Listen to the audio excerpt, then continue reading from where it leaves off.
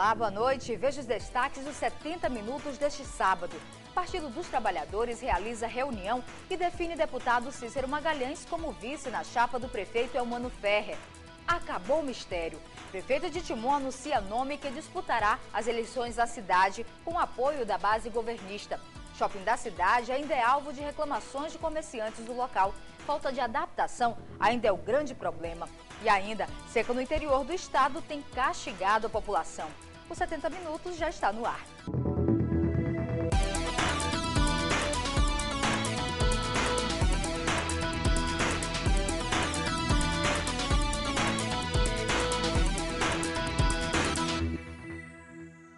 Começamos o programa de hoje falando sobre política. O Partido dos Trabalhadores realizou hoje uma reunião que definiu o nome do deputado Cícero Magalhães como candidato a vice-prefeito de Teresina na chapa de Elmano Ferrer. Veja. Para os petistas, nada mais sugestivo que as palavras estampadas na faixa, exposta no auditório. Lula, Dilma, Wellington e Magalhães, juntos por Teresina. O PT tenta aglutinar forças para se juntar ao prefeito Elmano Ferrer e vencer na capital piauiense. Depois de muitos entendimentos, discussões e até desentendimentos, o Partido dos Trabalhadores, PT, realizou na manhã deste sábado uma reunião sem sustos. Foi para homologar o nome do deputado Cícero Magalhães como candidato a vice na chapa do prefeito Elmano Ferrer, que tenta a reeleição como prefeito de Teresina. Nenhuma novidade, uma vez que os petistas já haviam chegado ao entendimento quanto ao nome do deputado Cícero Magalhães como vice de Elmano Ferrer. A única novidade, no entanto, correu por conta da deputada Flora Isabel, que lançou o seu nome como candidata a vereadora de Teresina. Certamente é um reforço muito importante para a nossa chapa, tendo em vista que nós vamos marchar sozinhos na chapa proporcional, né? Nós temos aí em torno de 24, 25 candidatos. Certamente essa chegada da deputada Flora nos anima mais e fortalece mais ainda a nossa chapa. Na reunião menos traumática, que é que definiu a aliança com o prefeito de Teresina, Elmano Ferrer, o nome do deputado Cícero Magalhães foi apresentado como definitivo para ser o vice de Elmano na tentativa de reeleição à prefeitura de Teresina. A gente trabalhou dentro do partido internamente para que se chegasse num consenso. Então hoje é um dia de festa, é um dia onde nós vamos estar homologando o nome do companheiro Magalhães, né, como nosso pré-candidato do PT para compor a chapa com o prefeito Elmano Ferrer. Isso passou por várias conversas com todas as lideranças do partido e graças a Deus a gente entrou nesse entendimento. Magalhães é o nosso vice. O nome da Flora, a deputada Flora, era um dos nomes como possível candidata a vice, né? Tinha a sua irmã, a Gilvana, que seria candidata a vereadora, e nesse entendimento nosso, a Flora retira o seu nome como pré-candidata a vice, coloca o seu nome à disposição da chapa proporcional. A Flora é a nossa primeira suplente de deputada, disputa a vaga, isso engrandece a chapa proporcional do PT. Eu não tenho dúvida que o PT, com o nome da Flora, vai se fortalecer a chapa proporcional e a gente vai ter condições de eleger 5 ou 6 vereadores. Todas as lideranças que do Partido dos Trabalhadores que participaram ativamente desse processo interno, de disputa interna dentro do PT, assumiram compromisso público. O senador Wellington Dias, inúmeras vezes, nos meios de comunicação, nos momentos internos de discussão dentro do PT, sempre reafirmou para a sociedade teresinense que aguardava a decisão das instâncias superiores do partido. Então agora, internamente dentro do PT, esse processo está consolidado. E eu não tenho dúvida que o senador Wellington Dias vai cumprir a sua palavra, né? Vai fazer campanha para o prefeito Elmano Ferrer para que a gente tenha uma chapa vitoriosa, não só elegendo uma grande bancada de vereadores, mas também reelegendo o prefeito Elmano Ferrer como nosso candidato, o candidato do PT, o candidato respaldado pela direção nacional do PT, pela direção estadual, pelo diretório municipal. Ou seja, todas as instâncias internas do partido reconheceram a legitimidade do processo e aprovam, a aliança PT e PTB nas eleições de 2012. As convenções partidárias para escolher candidatos a prefeitos, vice-prefeitos e vereadores que concorrerão nas eleições em outubro deste ano podem começar a partir deste domingo. Segundo o calendário eleitoral divulgado pelo Tribunal Superior Eleitoral, as convenções também devem se definir se haverá coligações com outras legendas e podem ocorrer até o dia 30 de junho. Embora a propaganda de candidatos só seja autorizada a partir do dia 6 de julho, A legislação permite que os pré-candidatos façam propaganda entre seus correligionários 15 dias antes da convenção do partido. A propaganda deve se limitar a faixas e cartazes perto do local da convenção, sem o uso de outdoors ou inserções em rádio e televisão, e deve ser retiradas assim que a convenção terminar, sob pena de multa aos envolvidos. O calendário eleitoral também determina que a partir deste domingo e até o final das eleições, candidatos que concorrerão ao cargo eletivo em 2012 não podem mais apresentar programas de rádio e de televisão e nem participar como comentaristas. O prazo para a desincompatibilização varia de acordo com o cargo ocupado e pretendido pelo candidato. E ainda falando sobre eleições, com a aproximação das eleições municipais, surgem muitas pesquisas eleitorais. A nossa equipe foi até as ruas saber da população se essas pesquisas ajudam ou atrapalham na decisão do eleitor, ou mesmo se a população sabe interpretar os resultados dessas pesquisas. Veja. Você acredita nas pesquisas eleitorais? Claro que sim. São verídicas, para mim são verídicas. Então você considera que tanto as estatísticas que eles repassam como o resultado confirma? Com certeza, vem sendo assim no longo dos tempos. Geralmente elas são mentirosas, né? Porque pra gente acreditar mesmo, só depois que acontece. Porque o voto a gente tira por conquista daquela pessoa que a gente, né? Que a gente quer votar para ele. E com relação àqueles resultados que muitas vezes saem, dizendo que o candidato tal está com tantos %, o outro está em segundo lugar. No fim das contas, você acredita que esses institutos de pesquisa fazem uma verdadeira pesquisa? Não, só no dia mesmo. Só acredito no dia da eleição. As opiniões são muitas e a dúvida surge na cabeça da população sempre que se aproximam das eleições e aparece o resultado das pesquisas. Afinal de contas, deve-se confiar ou não nos institutos de pesquisa e amostragem? As pesquisas é um instrumento de avaliação e de acompanhamento no pleito natural no Brasil, a partir da década de 80, com a redemocratização. As pesquisas são utilizadas exaustivamente, de modo que é um instrumento de medição do momento da aceitação de um candidato ou de um pré-candidato amplamente aceito e utilizado. No estado do Piauí, a gente já trabalha com isso desde essa época e eu acredito que o eleitor, de uma forma geral, eles acreditam nas pesquisas.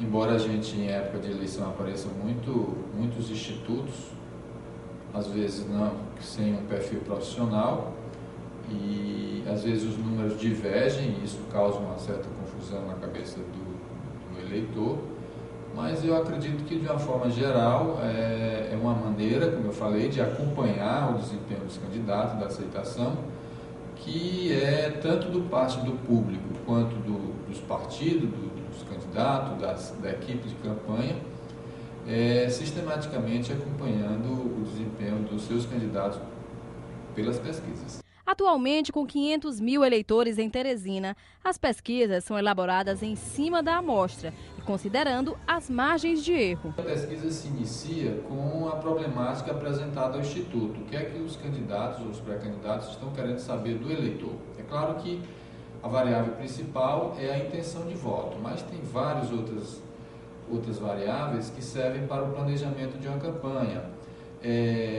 As intenções de voto espontâneo estimulada, preferência partidária, maior liderança política, imagem, tudo isso é um conjunto de variáveis que geralmente a gente planeja para fazer uma pesquisa. Ao escolher essas variáveis, a gente faz um plano de amostragem, que é saber quantas pessoas, quantos eleitores vão ser pesquisados. Essa quantidade depende da margem de erro. Geralmente se trabalha, por exemplo, aqui em Teresina a gente está trabalhando com 800 eleitores, e isso faz uma margem de erro de 4,7%, 4,8%. E essa amostra, para ser representativa dos quase 500 mil eleitores teresinenses, ela tem que ser distribuída de acordo com as variáveis sociodemográficas desse eleitorado. Ou seja, a idade, a faixa de idade, o gênero, a escolaridade, onde é que ele mora, qual é o bairro. Então, todos esses 800 pessoas que vão ser entrevistadas, eles são distribuídos de acordo com essas variáveis que acontecem no conjunto da população. O pesquisador explica ainda que apenas um nome pode fazer a diferença entre dois candidatos. Um nome, um estímulo, por exemplo, ele pode fazer uma diferença muito grande entre dois resultados. Às vezes a gente estimula uma pesquisa, 4 nomes. Uma semana depois, para outro cliente, ele só quer saber de 4, de 5 ou de 3. Então, cenários diferentes fazem com que, embora um curto intervalo de tempo, ele faz com que as pesquisas mostrem números diferentes acima daquele permitido pela margem de erro. Além de se informar se o Instituto de Pesquisa é reconhecido pela ABEP, o eleitor deve ficar atento a alguns fatores na hora de consultar as pesquisas. Decidir o voto é uma coisa muito pessoal, que não vai depender muito da pesquisa. Mas eu acho que grandes parâmetros que o eleitor tem que considerar é a idoneidade do Instituto, quanto tempo ele está no mercado, qual é o seu histórico, né, nas eleições, se esse instituto, portanto, ele é conhecido, o tamanho da amostra que eu falei, em função do tamanho da amostra, a margem de erro, e também muito importante, já que ela tem esse caráter transitório, os resultados da pesquisa, é o período que ela foi realizada. Às vezes há conflitos de números, quando na verdade esse conflito pode ser justificado pela a diferença de tempo em que as pesquisas foram feitas e principalmente as diferenças de metodologias, né? Acabou o mistério sobre o nome que disputará a sucessão da prefeita de Timon, Socorro Aquim. Em reunião com secretários municipais, vereadores e pré-candidatos a vereadores, a prefeita anunciou na noite de ontem o nome do vice-prefeito Edivar Ribeiro como pré-candidato a prefeito do PMDB para as eleições deste ano. Socorro Aquim explicou que o nome de Edivar foi escolhido após levantar os dados de pesquisas recentes, onde essas mostraram ser ele o melhor nome para disputar as eleições deste ano pelo grupo governista. A prefeita contou que não há ainda definição de quem será o vice de Edivar Ribeiro. Prometeu que a partir de agora o PMDB estará aberto a conversações para definir quem será o escolhido.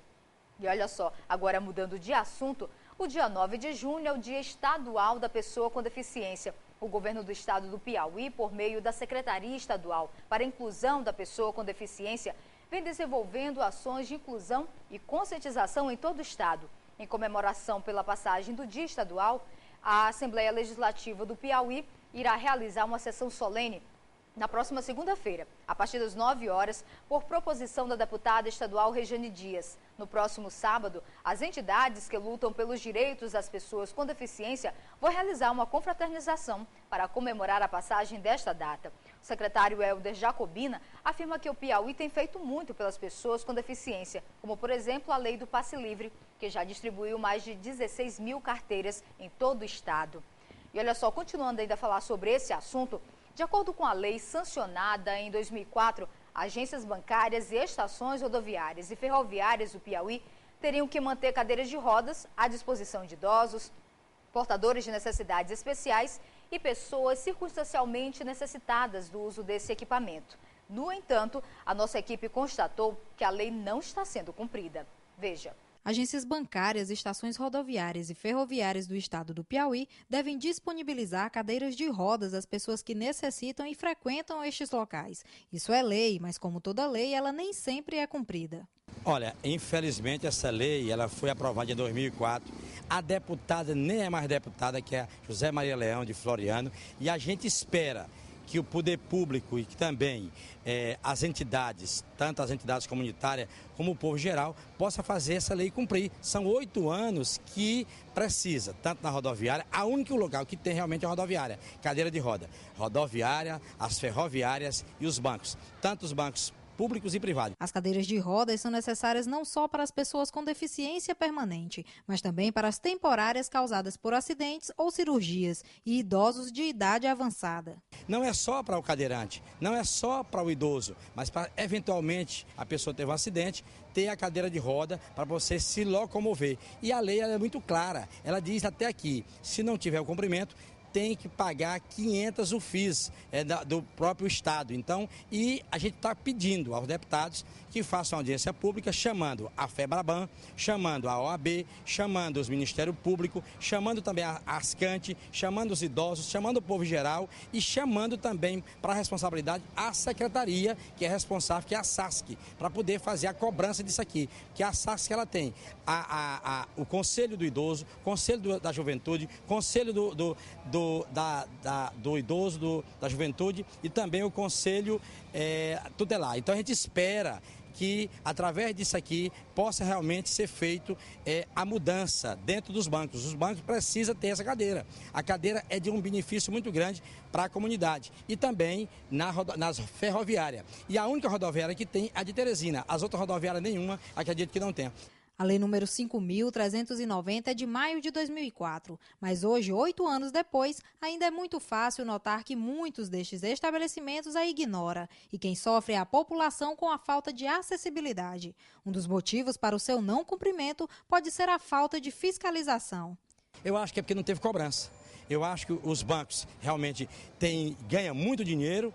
A rodoviária também já tem, as ferroviárias também, mas o que está faltando também é o cumprimento. É a gente começar a saber quais são as leis que estão sendo aprovadas na Assembleia, aprovadas na Câmara, para a gente poder cobrar. A comunidade não sabe, então eu acredito que a partir de agora, com a televisão mostrando, a audiência pública chegando, a lei vai ser cumprida.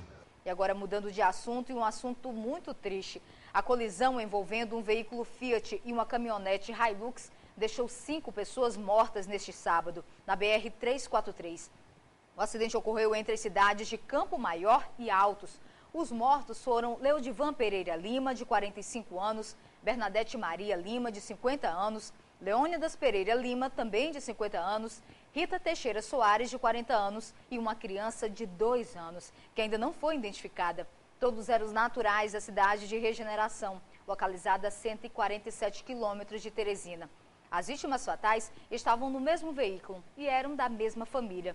Outras 2 pessoas que estavam na caminhonete foram levadas ainda com vida pelo SAMU. Condutor da Hilux, de 26 anos, que não sofreu lesões graves e nem prestou socorro às vítimas. É muito triste uma situação como essa. E olha só, veja no próximo bloco que a SEAP participa da elaboração do Plano Nacional de Abastecimento. E ainda você vai ver que a seca no interior do estado tem castigado a população. Nós voltamos em instantes.